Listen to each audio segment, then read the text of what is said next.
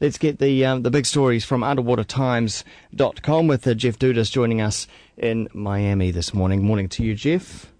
Hey, how you doing, Whammo? Very well, thank you very much. First story involving a shark and a desalination plant.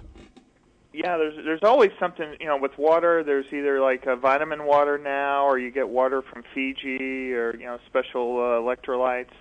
Well, this is in Western Australia, and evidently they have shark water. There's this desalination plant, and they were doing some routine maintenance on the plant, and they discovered there was actually a shark living in the plant. Wow. They have this this giant intake. I guess holding area, so it pulls the water out of the sea and it goes into this big tank, and the shark had been living in this tank. No one knew about it, and evidently it's been there for quite some time. They said for about 9 months, because when they built the plant, they had this pipe, I guess, open temporarily, and evidently it swam in, and they couldn't find it, or didn't find it at the time, and they went online, and it's been living there in this plant for all this time, and now, of course, the problem is what to do with the shark. They can't really get to it. They can see it, and you can't just go up and grab it. So I think they may have to spear the shark and kill it. Wow. So it needs to be killed? Well, that's sort of the question. It's a wobegon shark, which is sort of it's typically it's pretty harmless shark, but I guess they can't get to it. And or not easily from where it's in this pipe, so they haven't really figured out what to do yet. I'd imagine it's still there. It would be a fairly rich kind of water that he'd be swimming in as well. Well, I'm not quite sure what he's eating. That was sort of my scratching my head if he's been there for 9 months.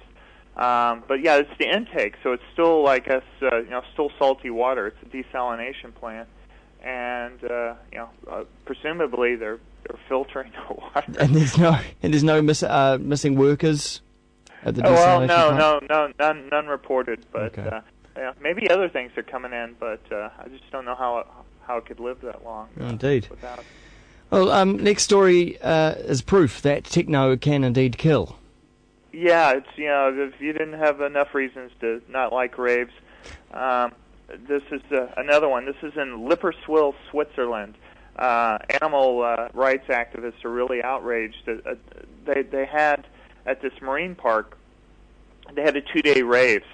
Somehow they decided it was a good idea to have a rave at a marine park, and they had this giant dolphin enclosure that was right there, and they had this loud sound. They said it was as loud as 100 decibels. It's like a pneumatic drill at high power, and for 2 days. And shortly after, this one dolphin, it was Shadow, an 8-year-old dolphin, just sort of became agitated and listless, and they tried to attend to it. The dolphin just died straight out. Oh, man. And so now there's this controversy. These activists are saying, this park shouldn't be doing this, shouldn't have the dolphins there. And then the park said, no, it's the dolphins were protected from the noise. And so, it's they're going back and forth. But I think, it's sort of bad news here.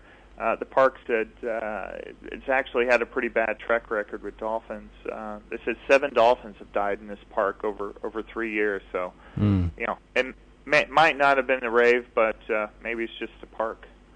I mean, it would have probably been, to the dolphin, the equivalent of one of those LRAD kind of military police weapons, sound weapons that they use. Yeah, especially dolphins. They use sonar and echolocation and just to be blasted with all that, especially techno, it just sounds like it put this dolphin over the edge. Yeah. Okay, final story about a pregnant crocodile, Jeff. This is out of South Africa. There was this crocodile in this not marine reserve, in a reserve animal sanctuary, and they had some tourists go through, and some knucklehead threw an empty Coke can in the enclosure, and they couldn't get to it fast enough, and they had this giant Nile crocodile. It was a pregnant, actually, at the time. Just went over there and grabbed onto the can, had it in its mouth, and all the park rangers saw this and were worried about it, and they were trying to lure the crocodile away with meat to try to get this can out of its mouth, and he wouldn't let go of it. and he eventually swallowed it. So they didn't know what to do. They needed to get this can out, and so they ended up sedating this crocodile, pregnant crocodile, and they stuck this giant endoscope down its 4-foot endoscope down its I guess its throat, Yeah. to try to flush out its stomach, and they couldn't get it. It was definitely stuck in there. So they actually had to cut open the side of the crocodile, reach in and grab the can, and they pulled the can out, and evidently the crocodile is doing well now. Goodness. And It was quite. and I suppose that's quite dodgy when it's pregnant, yeah? Yeah. They said it was an 8-hour operation, and under anesthesia and doing all this. So I think it's lucky to survive, but just a knucklehead. That's what you get, I guess. Yeah, exactly. Well, those stories you'll find up at underwatertimes.com and a whole lot more there as well. Jeff, thanks very much for your time. We'll talk to you in 2 weeks. Hey, thanks for having me.